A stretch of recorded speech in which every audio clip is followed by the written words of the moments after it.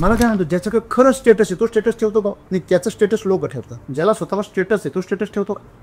जो श्रीमंत आहे तो श्रीमंतीचं प्रदर्शन का करेल? हा, ज्याने स्वतः श्रीमंती कमवलेली नाही तो करू शकतो. मला कुणीतरी काय म्हणावं, श्रीमंत. जो ऑलरेडी ज्याला माहिती आहे माझा बँक बॅलन्स किती आहे, माझं उत्पन्न किती आहे आणि मी किती कमवू शकतो हे ज्याला माहिती आहे तो प्रदर्शन करतच नाही ना. तुम्ही कलाकार आहे का कल्लाकार आहे? तुम्ही कल्ल्याला आकार देता की कलेला आकार देता? कल्ला तुम्ही काही करा, कल्लाच होतो. खरं तुम्हाला गल्ला भरायचा आहे ना. नाही गल्ला हा चालला, दिसला गल्ला खा आला.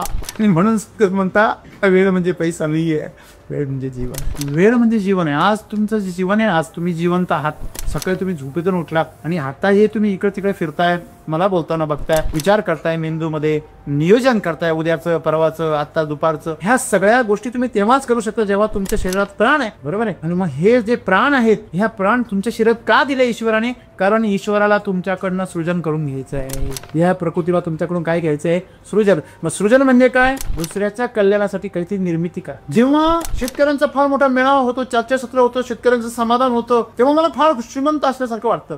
शेतकऱ्यांच्या समस्या सोडवल्या, त्यांना आलेल्या ज्या काही अडचणी आहेत त्या सोडवल्या आणि त्यांच्या आयुष्यात दारिद्र्य घालवून, रोग घालून त्यांना आरोग्य आणि श्रीमंती जेव्हा देण्याची संधी मिळते, त्यांना श्रीमंत होताना जेव्हा आपण बघतो तेव्हा अपार आनंद होतो. तो आनंद तुम्ही कुठल्याही कोटींमध्ये आणि लाखोंमध्ये रुपयांमध्ये मोजू शकत. जिथे अंधार आहे तिथे प्रकाश निर्माण, जिथे दारिद्र्य आहे तिथे श्रीमंती निर्माण करा, ऐश्वर्य निर्माण करा. जिथे नापिकी आहे तिथे सुपिकता निर्माण करा. जिथे रोग आहे तिथे आरोग्य निर्माण करा. जिथे दृष्टपणा आहे तिथे सज्जनपणा निर्माण करा. सृजन आहे.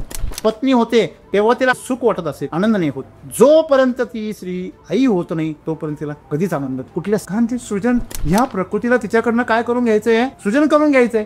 की का ती एखाद्या पुरुषाच्या त्याच्यासोबत तिचा प्रयत्न करते? आजच्या बावळ्या पिढीला कळत नाही. तिला वाटतं नाही हे प्रेम आहे. प्रेम नाहीये, प्रकृतीने तुम्हाला घालून दिलेली गाठ आहे. जोपर्यंत तुम्ही आई होत नाही तोपर्यंत ही प्रकृती तुमच्याकडनं ते आकर्षण संपवणार नाही. बघा, एकदा एखादी स्त्री जर आई झाली तर तिच्यामधलं जे आकर्षण आहे पुरुषाचं ते संपून जातं. यदा यदा ही धर्मस्य ग्लानिर्भवती भारत. मग त्या धर्माला जेव्हा ग्लानी येते तेव्हा मी सृजन करणारा काय करतो? जन्म घेतो. अभ्युत्थानम अधर्मस्य तदात्मनम सृजाम्य हम. सृजाम्य हम म्हणजे काय? सृजन करण्यासाठी येतो, नवीन निर्माण करले. परमेश्वर हा तुमच्या आतमध्ये जो आत्मा रूपाने आहे, प्राण रूपाने आहे, चेतना रूपाने आहे, त्याला सृजन करून घ्यायचे तुमच्याकडून. म्हणून तो काही ना काही करायला लावतो. पण हे शरीर आणि मन आहे ना, हे वेगळंच काहीतरी करून घेत. अन्न साध्या ताटामध्ये नाही खायचं, सोन्याच्या ताटात खायचं. सोन्याचं खाणारा सोन्या पाहिजे. गण्या काय कामाचा?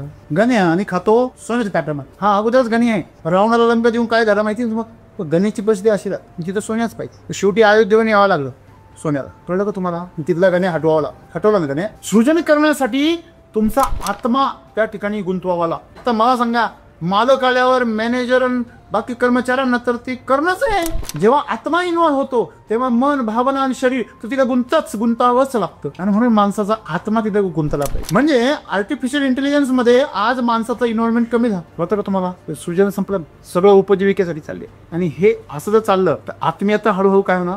कमी. आत्मीयता कमी होणार, कारण आत्म्याचा तिथं सहभाग कमी होणार. जिथे जिथे आत्म्याचा सहभाग कमी होणार तिथली आत्मीयता कमी होणार आणि तिथे एक प्रकारची भौतिकता येणार आणि भौतिकतावादी जग तयार होणार. भविष्य काळामध्ये तुमच्या आजूबाजूला सगळे भौतिकवादी माणसं तुमच्या आजूबाजूला बघायला मिळतात. फक्त पैशाचा विचार करणारे, भौतिक सुखाचा विचार करणारे. त्यांना आत्मा असतो ना, आत्मिक सुख वगैरे असतो हे त्यांना सांगावं लागतं. आत्मा फक्त सृजनच करू शकतो आणि शरीर आणि मन हे फक्त उपजीविकाच करू शकतं. की तुम्ही एंटरटेनमेंटसाठी स्क्रीन टाइम किती वापरला, क्रिएटिव्हिटीसाठी स्क्रीन टाइम किती वापरला, तिथंच तुम्हाला तुमची लायकी कळेल. लायकी शब्द मी जाणीवपूर्वक वापरलाय, शुद्धीवर वापरला, हिनवण्यासाठी नाही वापरलो. की आपण एक मनुष्य म्हणून जन्माला आलो तर आपण एंटरटेनमेंटसाठी किती जगतो आणि क्रिएटिव्हिटीसाठी किती जगतो. अरे यंत्रांना कळायला लागलं आपली पात्रता, पण आपल्याला कळत नाही. यंत्र आपल्याला आपला आरसा दाखवतो. तुम्ही मोबाईल वापरू नका, स्क्रीन टाइम वर तुम्ही वाढवू नका, हा मुद्दाच नाही. मुद्दा काय आहे? तुम्ही तो सृजनासाठी वापरता, एंटरटेनमेंटसाठी. आज सगळीकडे तुम्ही मोबाईल उघडा, एंटरटेनमेंट, टीव्ही उघडा, एंटरटेनमेंट, बाहेर जा, एंटरटेनमेंट, पुढे गप्पा करायला बसले, एंटरटेनमेंट, काम करायला बसले, एंटरटेनमेंट. लोकांना कामामध्ये पण मनोरंजन पाहिजे. एक प्रवासी खूप घाई होती म्हणून टांग्यात बसला आणि रेल्वे स्टेशनला निघाला. प्रत्येक चौकात गेल्यावर तो घोडेस्वार उतरायचा, तो टांग्याला उतरायचा, खाली जायचा आणि त्याच्यापुढे डान्स करायचा आणि परत फिल्म बसायचा. चौक आला का हा उतरायचा आणि डान्स करायचा. तो प्रवासी वैतागला होता म्हणे, हे बाबा हे काय चालली तुझी नौटंकी, माझी रेल्वे चुकेल ना म्हणे. अहो म्हणे साहेब नाराज नका हो, नाराज नका हो, माझी घोडी आहे म्हणे आजारी पडली. अरे मग घोडी आजारी पडली ही काय म्हणे. अहो काय सांगता, ही वरातीची घोडी, ही चौकात नाचल्याशिवाय पुढे जातच नाही.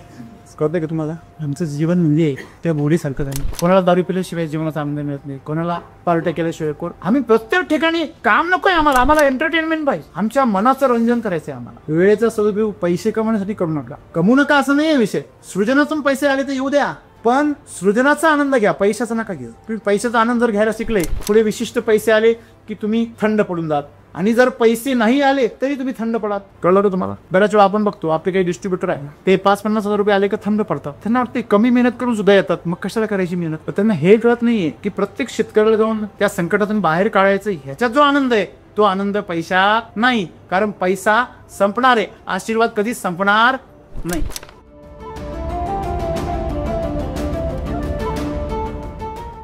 जी माणसं सृजन करतात बघा, जे कलाकार आहे, सुंदर चित्रनिर्माण, असं म्हणतात मोर थैथै नसतो, त्याची पिसं सांगतात. लोक एवढे हुशार की त्याचा बाजार म्हणतात. माणसा पैसे सोडून काही कळतच नाही. रील स्टार आणि रिअल स्टार हा फरक असतो तुमच्या. तुम्ही रिअल स्टार कधी होता? जेव्हा तुम्ही सृजन करता. तुम्ही रील स्टार कधी होता? जेव्हा तुम्ही उपजीविकेच्या मागे पळता. तुम्ही कोणाला तरी खुश करायचा प्रयत्न करता, विशिष्ट कोणाला तरी, तेव्हा ती काय रील स्टार आहे. रिअल स्टार कधी होता? लोक स्टेटस कोणासाठी ठेवतात? मला काय म्हणतो, ज्याच्याकडे खरं स्टेटस आहे तो स्टेटस ठेवतो का? नाही, त्याचं स्टेटस लोक ठेवतात. ज्याला स्वतःवर स्टेटस आहे तो स्टेटस ठेवतो का? नाही. जो श्रीमंत आहे तो श्रीमंतीचं प्रदर्शन का करेल? हां, ज्याने स्वतः श्रीमंती कमवलेली नाही आहे तो करू शकतो. मला कुणीतरी काय म्हणावं, श्रीमंत जो ऑलरेडी ज्याला माहिती आहे माझा बँक बॅलन्स किती आहे, माझं उत्पन्न किती आहे आणि मी किती कमवू शकतो, हे ज्याला माहिती आहे तो प्रदर्शन करतच नाही ना. जो बुद्धिमान आहे तो आपल्या बुद्धीचं प्रदर्शन करत, बरोबर. जो खरा स्टार आहे तो कधी चमकत नाही कुठे बंद, तो उलट लपून राहायचं डागाच्या आत, बरोबर आहे ना. आणि म्हणून आपण जीवनामध्ये उपजीविकेसाठी वेळ वाया घालवतोय. सद्गुरू असं म्हणतात की तुम्ही सृजन केलं पाहिजे. तुम्ही कलाकार आहे का कलाकार आहे? तुम्ही कल्ल्याला आकार देता की कलेला आकार देता? कल्ला, तुम्ही काही करा कल्लाच होतो. खरं तुम्हाला गल्ला भरायचा आहे ना, नाही गल्ला हा चालला, हा दिसला गल्ला खा आल्ला. म्हणून म्हणता वेळ म्हणजे पैसा नाही आहे, वेळ म्हणजे जीवन आहे. हे कधी कळतं माणसाला? जेव्हा समोर मृत्यू दिसतो ना तेव्हा कळतं. म्हणजे लता मंगेशकर जेव्हा कोटींचा बंगलो सोडून, एवढा ऐशो आरामाचं जीवन सोडून जेव्हा हॉस्पिटलला गेल्या आणि तिथल्या एक छोट्याशा बेडवरती त्यांना झोपावं लागलं, अंतिम त्यांची वेळ तिथं घालवावी लागली. रंगीबेरंगी महागड्या साड्या, महागडे कपडे त्याच्या कपाटामध्ये सजलेले होते. कपाट साड्या ती सजलं होतं, पण इथे मात्र त्या हॉस्पिटलचा तो बेरंग असा तो ड्रेस आहे तो घालावा लागला. तिथे कुठली साडी उपयोगाला आली नाही. बँकेमध्ये अमाप पैसा होता, पण त्या पैशाचा एक काडीचा उपयोग मी करू शकत नाही.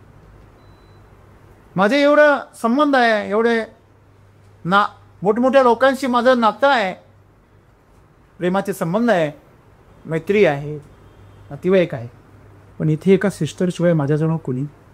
महत्त्व कधी कळतं जीवनाचं आपल्याला? शेवटची वेळ आहे. संत काय म्हणतात? क्षणोक्षणी करावा हाची विचार, आयुष्य खातो काळ सावधान. सावध सावधान. वेळ म्हणजे जीवन आहे. आज तुमचं जे जीवन आहे, आज तुम्ही जिवंत आहात. सकाळी तुम्ही झोपेतून उठलात आणि आता हे तुम्ही इकडे तिकडे फिरताय, मला बोलताना बघताय, विचार करताय, मेंदूमध्ये नियोजन करताय, उद्याचं, परवाचं, आत्ता दुपारचं. ह्या सगळ्या गोष्टी तुम्ही तेव्हाच करू शकता जेव्हा तुमच्या शरीरात प्राण आहे, बरोबर आहे. आणि मग हे जे प्राण आहेत, ह्या प्राण तुमच्या शरीरात का दिले ईश्वराने? कारण ईश्वराला तुमच्याकडनं सृजन करून घ्यायचं आहे. या प्रकृतीला तुमच्याकडून काय घ्यायचं आहे? सृजन. मग सृजन म्हणजे काय? दुसऱ्याच्या कल्याणासाठी काहीतरी निर्मिती करा. मग जे कलाकार निर्मिती करतात ते काय आनंदी राहतात. त्याला किती किंमत आली, त्याला किती पैसे झाले, जेव्हा शेतकऱ्यांचा फार मोठा मेळावा होतो, चर्चासत्र होतं, शेतकऱ्यांचं समाधान होतं, तेव्हा मला फार श्रीमंत असल्यासारखं वाटतं. शेतकऱ्यांच्या समस्या सोडवल्या, त्यांना आलेल्या ज्या काही अडचणी आहेत त्या सोडवल्या आणि त्यांच्या आयुष्यात दारिद्र्य घालवून, रोग घालून त्यांना आरोग्य आणि श्रीमंती जेव्हा देण्याची संधी मिळते, त्यांना श्रीमंत होताना जेव्हा आपण बघतो तेव्हा अपार आनंद होतो. तो आनंद तुम्ही कुठल्याही कोटींमध्ये आणि लाखोंमध्ये रुपयांमध्ये मोजू शकत. मला कोणाच्या तरी उपयोगाला येतात. माझ्या जीवनाचं आज मी सकाळी उठलो आणि झोपेपर्यंत मी कोणाचं जीवन कोणाच्या तरी उपयोगाला आलं पाहिजे, हे सृजन आहे. बरोबर आहे ना? सृजन काय? नवनिर्मिती. कुठेतरी जाऊन निर्माण करा. जिथे अंधार आहे तिथे प्रकाश निर्माण करा. जिथे दारिद्र्य आहे तिथे श्रीमंती निर्माण करा, ऐश्वर्य निर्माण करा. जिथे नापिकी आहे तिथे सुपिकता निर्माण करा. जिथे रोग आहे तिथं आरोग्य निर्माण करा. जिथे दुष्टपणा आहे तिथे सज्जनपणा निर्माण करा. सृजन आहे. सृजन म्हणजे सज्जनाचं दुष्ट करणे नाही. जिथं उजेड आहे, लोक बघा रस्त्याने बल्क लावलेला असतात.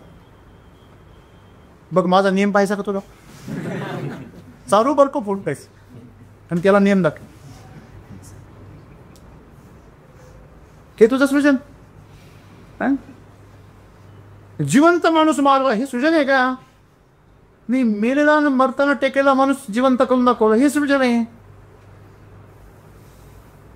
सृजन काय? देखाला पार वाकडा आहे कमरेमध्ये, त्याला सरळ करून दाखव ना, ते सृजन आहे. नाही आम्ही कमरेत वाकून दाखवत होता. चांगला हात देतो, गळात टाकून देतो, ते पाहा सृजनीच ना. जे जीवनामध्ये आपल्याला हे कळलं पाहिजे मित्रांनो, आपल्याकडे जो वेळ आहे ना आज, हा वेळ नाही आहे आणि हा पैसा पण नाही. हा वेळ पैसा कमवण्यासाठी तुम्ही घालवाल. फोकस तुमचा कुठे पैशावर नको, फोकस तुमचा जीवनाच्या सृजनतेकडे, आनंदाकडे पाहिजे. आणि आनंद तेव्हाच निर्माण होतो, सृजनशीलतेचा आनंद जे आहे. जेव्हा एखादी स्त्री पत्नी होते तेव्हा तिला सुख वाटत असेल, आनंद नाही होत. जोपर्यंत ती स्त्री आई होत नाही तोपर्यंत तिला कधीच आनंद कुठल्या स्त्रीला नाही. ती मुळात एखाद्या पुरुषासोबत त्याच्याबरोबर तिला आई व्हायचं आहे म्हणूनच राहत. हे लपा की अंडरलाईन करून, कारण ती सृजन ह्या प्रकृतीला तिच्याकडनं काय करून घ्यायचं आहे? सृजन करून घ्यायचं आहे. की का ती एखाद्या पुरुषाच्या त्याच्यासोबत तिचा प्रयत्न करते? ह्याच्या बावळ्या पिढीला कळत नाही. ते तिला वाटतं नाही हे प्रेम आहे. प्रेम नाही आहे, प्रकृतीने तुम्हाला घालून दिलेली गाठ आहे. जोपर्यंत तुम्ही आई होत नाही तोपर्यंत ही प्रकृती तुमच्याकडनं ते आकर्षण संपवणार नाही. बघा, एकदा एखादी स्त्री जर आई झाली तर तिच्यामधलं जे आकर्षण आहे पुरुषाचं ते संपून जातं. बरेच पुरुष असे तक्रार करतात, काय पोरं झाल्यापासून तुझं माझ्या का बघतच नाही. मग त्याच्याकरता तुझी साथ केलीच ना बाबा, काय की नाही? मग नंतर का साथ देते? कारण त्या 2 लेकरांचं हा बाबा कमीत कमी पालन पोषण करीत म्हणून. मग परत मुद्दा ते लेकरच आहे. म्हणून स्त्रीला अनंत जन्माची आई म्हणतात आणि क्षणाची पत्नी म्हणतात. ते त्याकरता म्हणतो, कारण प्रकृतीला सुद्धा काय करायचं आहे? सृजन करायचं. आपल्या सर्वांचा अवतार सृजनासाठीच आहे. यदा यदा ही धर्मस्य ग्लानिर्भवती भारत. मग त्या धर्माला जेव्हा ग्लानी येते तेव्हा मी सृजन करणारा काय करतो? जन्म घेतो. अभ्युत्थानम अधर्मस्य तदात्मनम सृजाम्य हम. सृजाम्य हम म्हणजे काय? सृजन करण्यासाठी येतो, नवीन निर्माण करले. परमेश्वर हा तुमच्या आतमध्ये जो आत्मारूपाने आहे, प्राण रूपाने आहे, चेतना रूपाने आहे, त्याला सृजन धरून घ्यायचे तुमच्याकडून. म्हणून तो काही ना काही करायला लावतो. पण हे शरीर आणि मन आहे ना, हे वेगळंच काहीतरी करून घेतं. शासनाने पैसे वेगळ्या स्कीमसाठी पाठवले, हे मधले लोक वेगळी स्कीम राबवतात. हो, फार्म हाऊसवरती स्कीम राबवतात. मोठमोठे रिसॉर्टमध्ये, फॉरेनमध्ये यांच्या स्कीमा फार वेगळ्या आहे. काय वाटतं तुम्हाला? भ्रष्टाचार करून कमवलेला पैसा स्कीमांमध्येच जातो. मग गव्हर्नमेंट असो किंवा आपण असो मित्रांनो, शेवटी त्यांचा हेतू चांगलाच आहे ना. गव्हर्नमेंटचा हेतू चांगला आहे. खरी तळागाळातल्या लोकांना याचं काय व्हावं? मदत व्हावी आणि त्याचं सृजन व्हावं, त्यांची दारिद्र्य जावं, त्यांची गरिबी जावी, ह्याकरता शासन योजना आणतो. तर ही जी मधली मंडळी आहे, शरीर आणि मन, हो तुम्ही कुठे गेले? तुमचा मध्ये बसलेला सरकार, तो मालक, ती चेतना, तिची इच्छा सृजन करण्याचीच आहे. खाली गोरगरिबांचे घरकुलं बांधण्यासाठी जी निधी आलेला आहे त्यातून हा याचा फार्म हाऊस बांधतो. हा बी सृजनच करतो. त्याला ह्या बावड्याला कळत नाही का हे सृजन तुझ्या उपजीविकेसाठी नाही आहे, ते खाली तळागाळावरती सृजन करण्यासाठी आहे. तुला आहे ना एक घर, त्याच्यातच तू नाही कधी दुसरं फार्म हाऊस वर्षातून एकदा जाणार, तू कशाला बांधतो? ते सृजन नाही आहे. आता त्याच्यामध्ये निम्मे हे जाळ करणारे कोळीच राहतात, पाली पक्षी. जवळजवळ 90% फार्म हाऊसमध्ये हेच राहतात. खरं आहे का खोटं आहे? हां, म्हणजे प्रकृतीला हे मान्य. मग प्रकृती काय करते? तू शरीर सजव, मी प्राणच काढून घे. हां, तू बंगला बांध, फार्म हाऊस बांध, मी त्याच्यामध्ये राहण्यावर संपून टाक. कळतं का बघा? हे प्रकृतीचा खेळ आहे, अजब आहे. तुम्ही उपजीविकेसाठी जेव्हा जेव्हा कराल, मला सांगा, माणसांना आज हव्यास कशाचा आहे हो? अन्न नाही, इथं नाही खायचं, 5 स्टार हॉटेलमध्ये खायचं. अन्न साध्या ताटामध्ये नाही खायचं, सोन्याच्या ताटात खायचं. म्हणजे सोन्याचं खाणारा सोन्या पाहिजे. गण्या काय कामाचा? गण्या आणि खातो सोन्याच्या ताटामध्ये. हा अगोदरच गणी आहे. रावणाला लंब्या देऊन काय झालं माहिती आहे मग? हॅलो, गण्याची बसदी अशी राहत, तिथं सोन्याच पाहिजे. शेवटी अयोध्येवर यावं लागलं सोन्याला. कळलं का तुम्हाला? तिथला गण्या हटवावला, हटवला ना गण्या. गण्या म्हणजे गणगण्या हो, मन आपलं ते गणगण करतं ना. हे प्रश्न कोण निर्माण करतं? सगळे तुमच्या डोक्यात प्रश्न कोण निर्माण करतं? शंका कोण निर्माण करतं? भीती कोण निर्माण करतं? कोण करतो? आपलं मन करतं. तुम्हाला कुठलीही चांगली गोष्ट करण्यापासून कोण थांबवतं? जाऊ दे, कशाला करतो, तुझा काय फायदा आहे? सृजन करण्यासाठी तुमचा आत्मा त्या ठिकाणी गुंतवावाला. शरीर तर मला सांगा, मालक आल्यावर मॅनेजर बाकी कर्मचाऱ्यांना तर ते करणंच आहे. जेव्हा आत्मा इन्व्हॉल्व होतो तेव्हा मन, भावना आणि शरीर तर तिला गुंतावंच लागतं. आणि म्हणून माणसाचा आत्मा तिथे गुंतला पाहिजे. म्हणून एखादी स्त्री जेव्हा सुगरण बनते ना, तेव्हा तिचा आत्मा उतरतो स्वयंपाकात, तेव्हा सृजन होतो. स्वयंपाक तर सगळेच करतात हो. कुकरमध्ये तांदूळ टाकून पाण्यात टाक खायचे तर कुकरच शिजवतो. तुम्ही काय करता? हां, वरून शिट्टी सुद्धा तोच माग. हां हां 3 झाले, उतरव खाली, इथपर्यंत सोय आहे. काही काही ठिकाणी आता एवढे ऑटो मशीन आलेले का 3 शिट्ट्या होऊन तोच बंद होतो आणि गॅसही बंद होतो. आवाजानेच बंद होतो.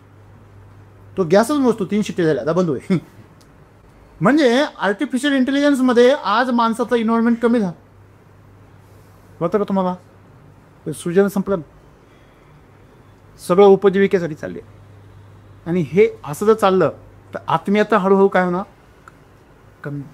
आत्मीयता कमी होणार, कारण आत्म्याचा तिथं सहभाग कमी होणार. जिथं जिथं आत्म्याचा सहभाग कमी होणार तिथली आत्मीयता कमी होणार आणि तिथे एक प्रकारची भौतिकता येणार आणि भौतिकतावादी जग तयार होणार. भविष्य काळामध्ये तुमच्या आजूबाजूला सगळे भौतिकवादी माणसं तुमच्या आजूबाजूला बघायला मिळतील. फक्त पैशाचा विचार करणारे, भौतिक सुखाचा विचार करणारे, त्यांना आत्मा असतो ना, आत्मिक सुख वगैरे असतो हे त्यांना सांगावं लागेल. जसं आजच्या काळामध्ये गावठी अन्न कसं होतं आणि गावठी अन्नाची चव कशी होती हे लोकांना विश्वास बसत नाही, तसं काही दिवसांनी लोकांचं देव, आत्मा वगैरे याच्यावर विश्वास नाही बसत. ते म्हणाल असं काही नसतं, कल्पना आहे त्याच्या, नातं वगैरे असं काही नसतं, प्रेम असं प्रेम वगैरे काही नसतं, सोय असते फक्त शरीराची ती.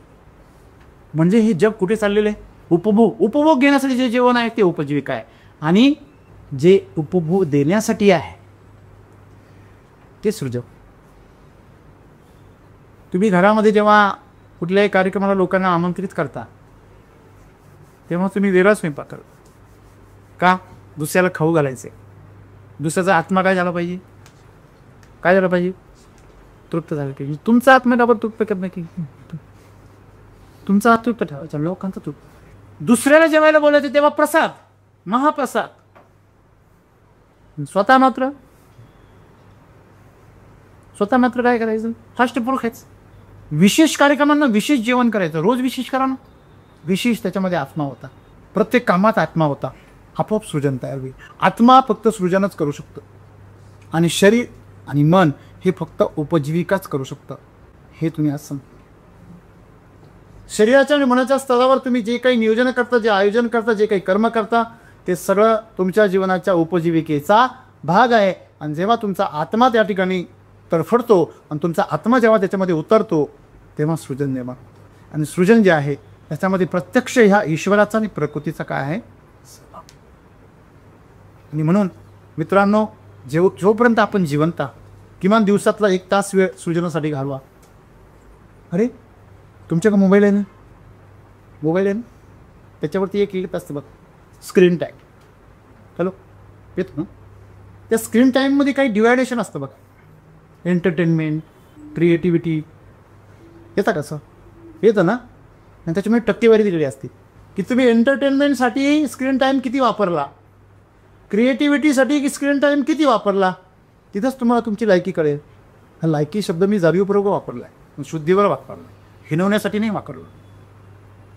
की आपण एक मनुष्य म्हणून जन्माला आलो तर आपण एंटरटेनमेंटसाठी किती जगतो आणि क्रिएटिव्हिटीसाठी किती जगतो. अरे यंत्रांना कळायला लागलं आपली पात्रता, पण आपल्याला कळत नाही. यंत्र आपल्याला आपला आरसा दाखवतं. तुम्ही मोबाईल वापरू नका, स्क्रीन टाईमवर तुम्ही वाढवू नका, हा मुद्दाच नाही. मुद्दा काय आहे, तुम्ही तो सृजनासाठी वापरता की एंटरटेनमेंटसाठी. आज सगळीकडे तुम्ही मोबाईल उघडा एंटरटेनमेंट, टी व्ही उघडा एंटरटेनमेंट, बाहेर जा एंटरटेनमेंट, पुढे गप्पा करायला बसले एंटरटेनमेंट, काम करायला बसले एंटरटेनमेंट.